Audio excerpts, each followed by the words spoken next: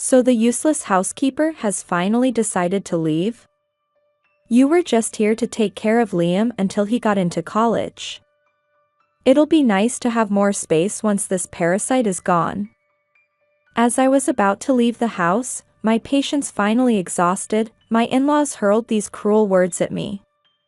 They had been spreading lies about our son's wife having an affair, and even the relatives had believed their words. Their outrageous accusations made me feel like I was about to explode with all the feelings I'd been suppressing. What had I done to deserve this? I had endured it because they were my husband's family, but I couldn't take this treatment anymore. As I hastily packed my belongings without saying a word in response, I could hear their voices behind me, urging me to leave quickly. I felt tears welling up, but I refused to cry in front of these people. Inside, dark thoughts of revenge were swirling. After rushing out of the house, I took my phone from my bag, called a certain place, and gave instructions without hesitation. What? Are you sure? You just had that house built. I thought this would be the best way to deal the most damage to those people. This would surely make those in-laws panic. My name is Amanda. I lost my father to an accident when I was young and was raised by my mother alone. My mother managed to send me to high school, but we couldn't afford college, so I gave up on higher education and started working as a clerk at a law firm run by a relative. There was a lot to learn, but the workplace had good relationships and was very comfortable to work in. I'm grateful to my relatives who hired me despite only having a high school diploma. When I was 30, I met Edward through a friend's introduction and got married. Edward was a widower. His son Liam was a high school senior preparing for college entrance exams, and perhaps because of the stress, he was always on edge and barely spoke to me. Edward also had elderly parents, and at Edward's request, we decided to live together in a two-family house. As someone who had only lived with my mother, I was happy to have more family members, but life afterward didn't go smoothly at all. After starting to live with my in-laws, I became responsible for all the housework. I hoped that my in-laws, who were at home, would help a little, but they insisted that housework was the wife's job and wouldn't budge. With no choice, I kept up with cooking, laundry, and cleaning every day despite my busy work schedule. You should quit your job and be a housewife. That's what makes a woman happy. That's right, as a wife, it's natural to devote yourself to your husband and his parents. It's presumptuous to work outside the home. My in-laws, apparently unhappy with me continuing to work, complained every day. Once when I asked Edward to pick up something we'd forgotten on his way home from work, my in-laws scolded me, saying, "How dare you burden our son with errands?" To them, their son came first, and they seemed to think of his wife as their housekeeper. That's probably why they were unhappy about me working and not being at home. But even if they called me presumptuous, work was my purpose in life. When I said I couldn't quit, my in-laws laughed mockingly. A mere high school graduate clerk acting so high and mighty. Edward is an elite high-income earner, shouldn't you be a housewife supporting your husband? Or is there some reason you want to work outside? Suspicious indeed. Though their words were cruel, I had no intention of quitting my job no matter how much my in-laws criticized me. Hey, Liam, what's the meaning of this? I confronted Liam with certain documents. It was the bill for his phone usage, which had become surprisingly high last month. Looking at the details, it seemed he had been making in-app purchases in mobile games. What's the big deal? I couldn't get the items I wanted. This much should be fine. I had been worried that he was getting too absorbed in mobile games, and my concerns proved justified. My watching over him, thinking it might be a good stress relief from exam studies, had backfired. Far from apologizing to my questioning, Liam became defensive and insisted he had done nothing wrong. You say this much, but do you understand how much work it takes to earn this amount of money? This is way beyond pocket money. You need to reflect on this. Unable to overlook such a high charge, I scolded Liam severely. While Liam didn't talk back anymore, he glared at me before silently retreating to his room. He's not reflecting at all, I muttered to myself with a sigh.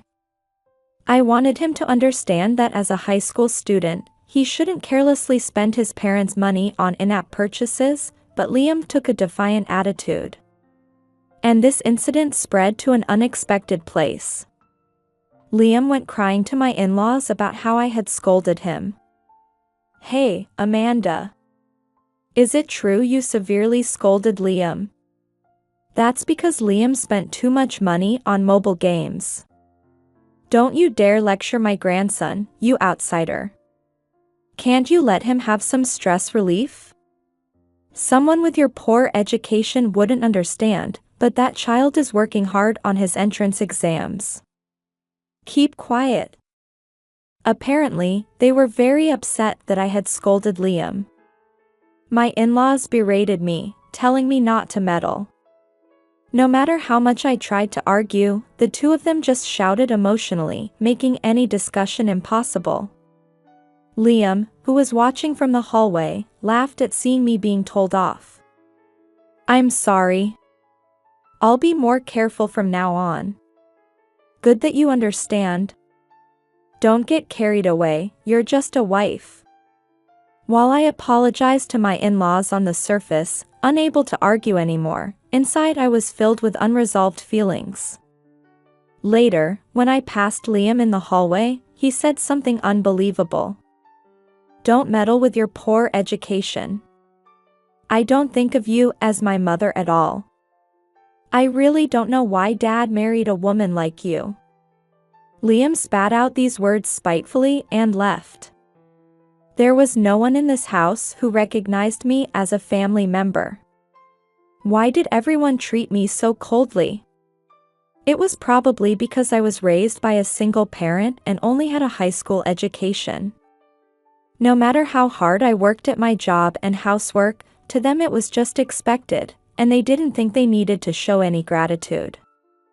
No matter how tired I looked, they wouldn't stop treating me like a housekeeper. They probably just thought of me as a convenient tool. When I consulted with my husband Edward, he dismissed it saying everyone meant no harm. But I was neither a tool nor a housekeeper. I had hoped they would understand someday, but that hope was cruelly shattered. As this unsettling life continued, an incident occurred. One day, we received word that Edward had been in an accident at work and would need to be hospitalized for a week. Thank goodness. I was worried, but he'll get workers' compensation, right? He's an elite employee, so he'll be fine. We can rest easy even with him in the hospital.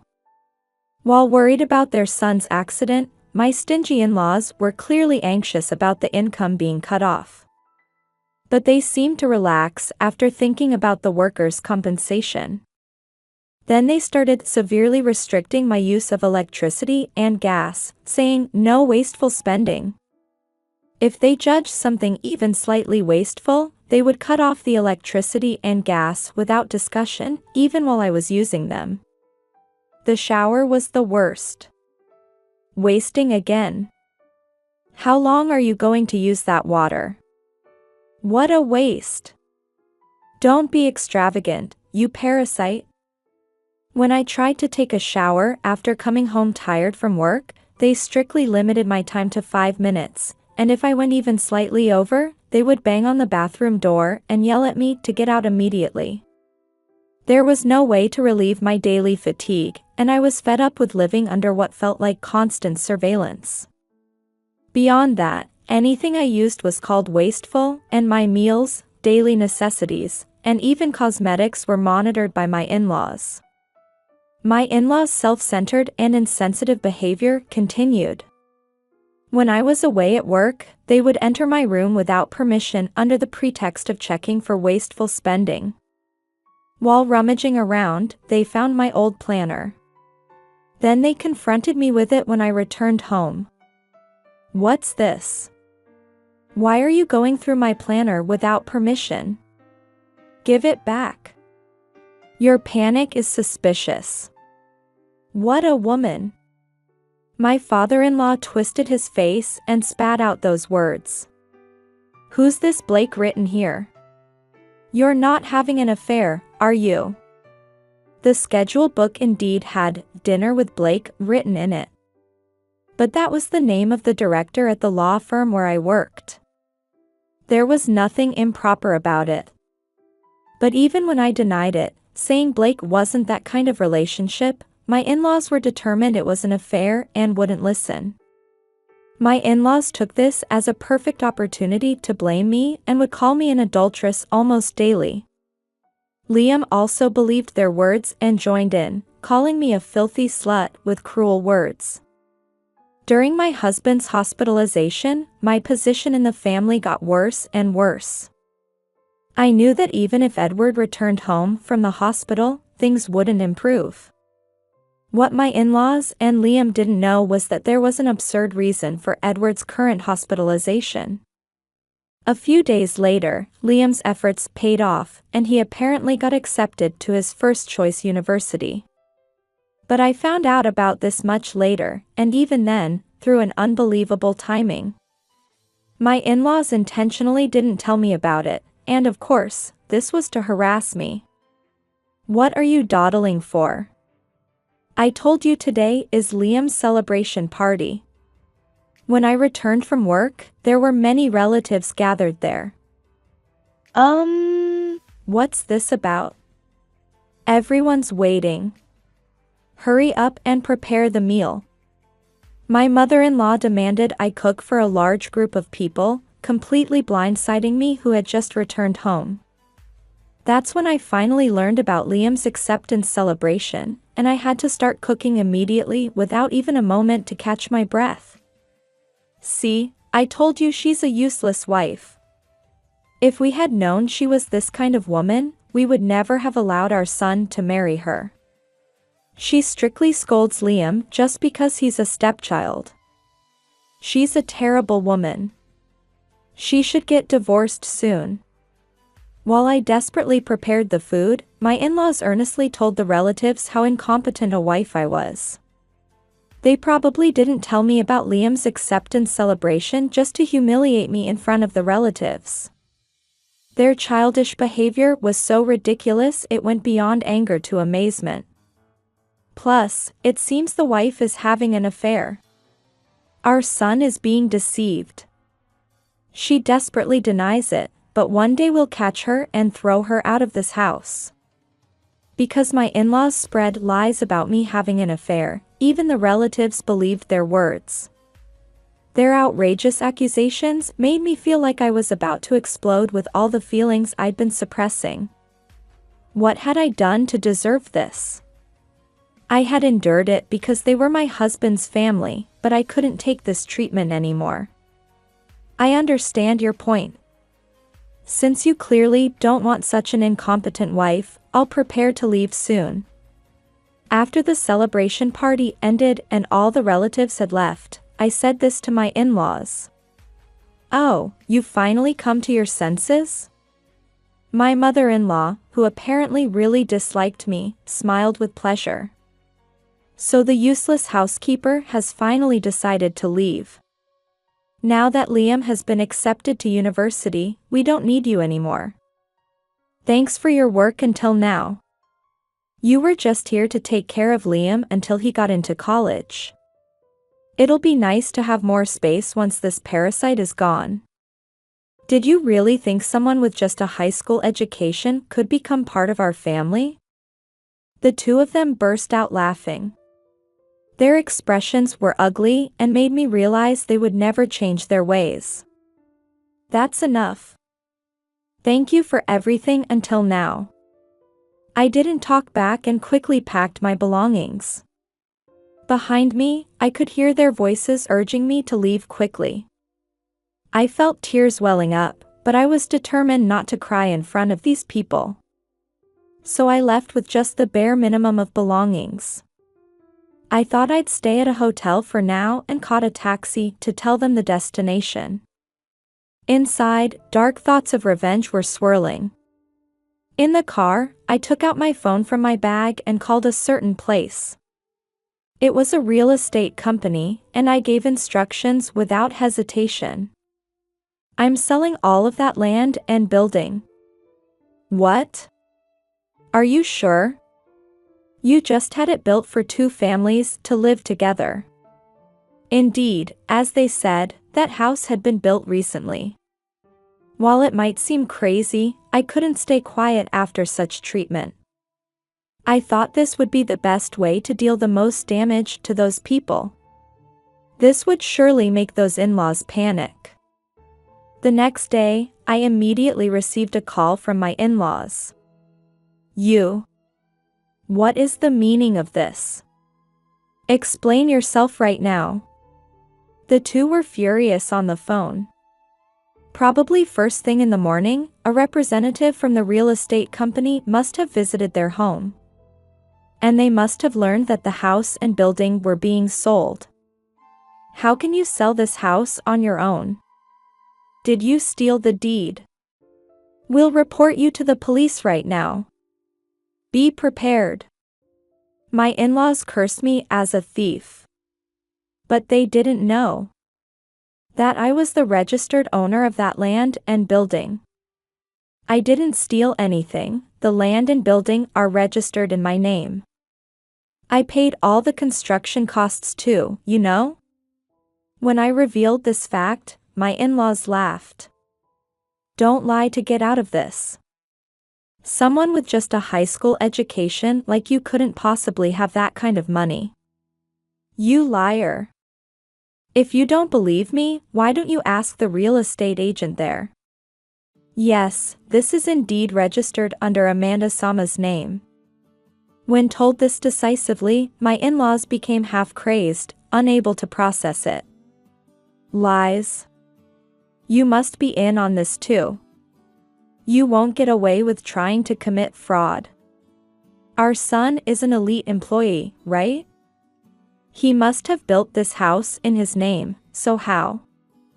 Actually, while Edward appeared to leave for work every morning in a suit as an elite company employee, he had been fired a year ago for causing trouble at work. The trouble was a women's issue. Edward had been having affairs with multiple young women at the company. When HR found out about this, the company, which was strict about compliance, fired him for disciplinary reasons. Since then, Edward had been earning a small income from part-time work, but I was earning more than 90% of our living expenses. Neither my in-laws nor Liam knew that Edward had been fired. They had constantly insulted me, but in reality, their son Edward was the useless parasite. While I was angry at Edward for cheating and becoming unemployed, when he got down on his knees and begged for forgiveness, I gave him one last chance. That's why I had kept quiet about Edward leaving his company, but this had only reinforced my in-laws' view of me as the brain-dead wife who married their elite son. For someone with just a high school education. You're a liar. My in-laws stubbornly refused to believe my words. Seeing no progress, I let out a sigh. There was no point in continuing this argument. I'll mail you the documents later. You can judge whether it's true when you see them. Documents? What documents? Even you should understand what they mean when you see them. Excuse me. Saying this, I hung up unilaterally. Later, I sent an eviction notice along with my business card. It showed the name of the law firm where I worked, and the title before my name. That title was attorney at law. While I couldn't go to university due to family circumstances, I had passed the preliminary examination for the bar exam while working at the law firm and passed the difficult bar exam on my first try. In other words, I was a genuine lawyer. My in-laws called again after seeing my business card. Well, do you believe me now? Anyone can forge a business card? You adulteress must be trying to trick us. We'll know the truth if we ask Edward directly. Until then, we won't believe it. My in-laws said they were heading to Edward's hospital and told me to come too. Thinking this would be the final confrontation, I agreed. My in-laws were standing in front of the hospital with their arms crossed, looking indignant. Now your lies will be exposed. They still wouldn't believe what I said. I ignored my in-laws and headed to my husband's room. My in-laws hurriedly followed behind me. Edward? I'm coming in? I knocked on the hospital room door and entered. There, an amazing sight unfolded. Edward was embracing a young woman and kissing her. My in-laws who entered the room after me witnessed this scene perfectly. Oh. Why is everyone here? Surprised by the sudden family visit, Edward pushed the woman away. The woman, angry at being suddenly pushed away, left the hospital room with a sullen face. You suspected me of having an affair, didn't you? What about your own son? When I said this, my in-laws turned pale. Actually, I had noticed Edward's infidelity early on and had hired a private investigator to look into his behavior. I took out the investigator's report from my bag and presented it to my in-laws. Edward's injury that would take a week to heal, he had explained it as an accident at work, but in reality, he had broken his leg by stepping into a drain while trying to avoid dog droppings during a date with his mistress. Now do you feel more inclined to believe my words? Your precious son is not only unemployed but also cheats on his wife and breaks his leg in such a foolish way. You must have cheated first. With that man Blake mentioned in your planner. My father-in-law, setting aside Edward's situation, stubbornly brought up my suspected affair. We could report Blake to the Bar Association. For a lawyer to get involved with a married woman, he should face appropriate disciplinary action. My in-laws wore triumphant expressions. In their minds, my affair was apparently a settled fact. You really are foolish people. Blake is my affair partner? This is so ridiculous it makes me want to cry. You can't get out of this. You don't have any proof that they're not your affair partner. Oh, but I do have proof, look here. I operated my smartphone and showed my in-laws a certain web page. It was from my law firm's website, and the director's introduction page showed Blake's own photo. This can't be. This time they had no choice but to fall silent.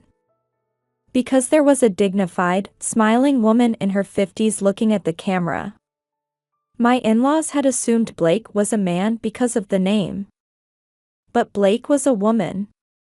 Blake was my paternal aunt and also my benefactor who had arranged for me to work at the law firm. So, who was having an affair with whom? That was just a misunderstanding. We had no idea it was a woman. It's the misleading name that's at fault. When I confronted them with a stern tone while glaring at them, they became flustered. Now you'll face the consequences for all the ways you've mocked me.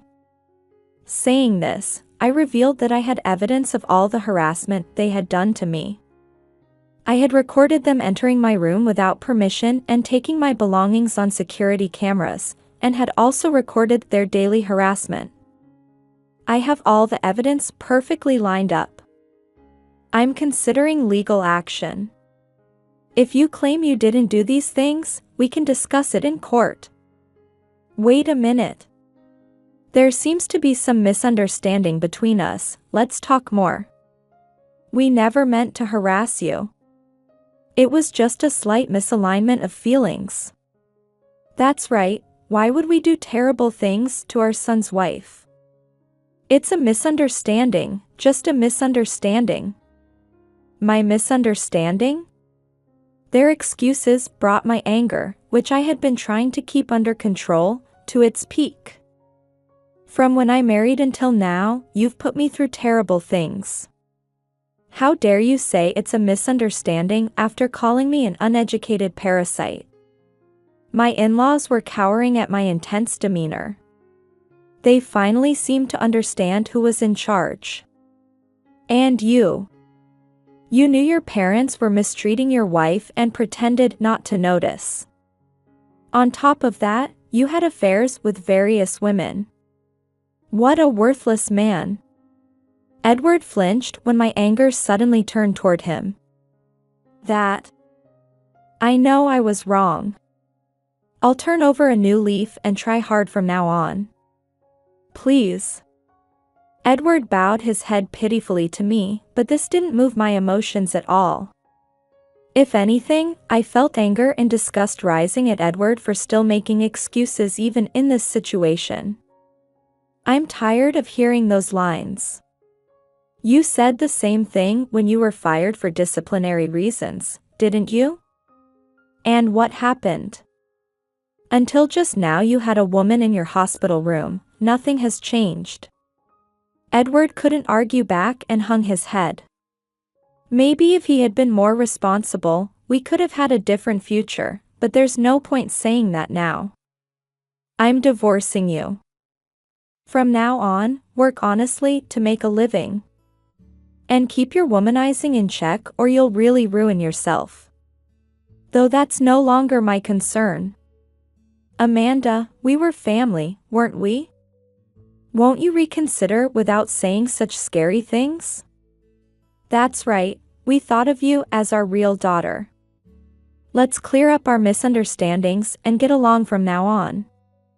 My in-laws' self-serving words made me laugh involuntarily. Had they forgotten how they had constantly looked down on and mocked people? Seeing their position becoming disadvantageous, they threw away their pride and started sucking up to me. I thought they were disgraceful people to the end. Oh, don't force yourselves. I'm just an outsider to you after all. From now on, help each other with just your real family. Though you'll struggle quite a bit now that you've lost the house.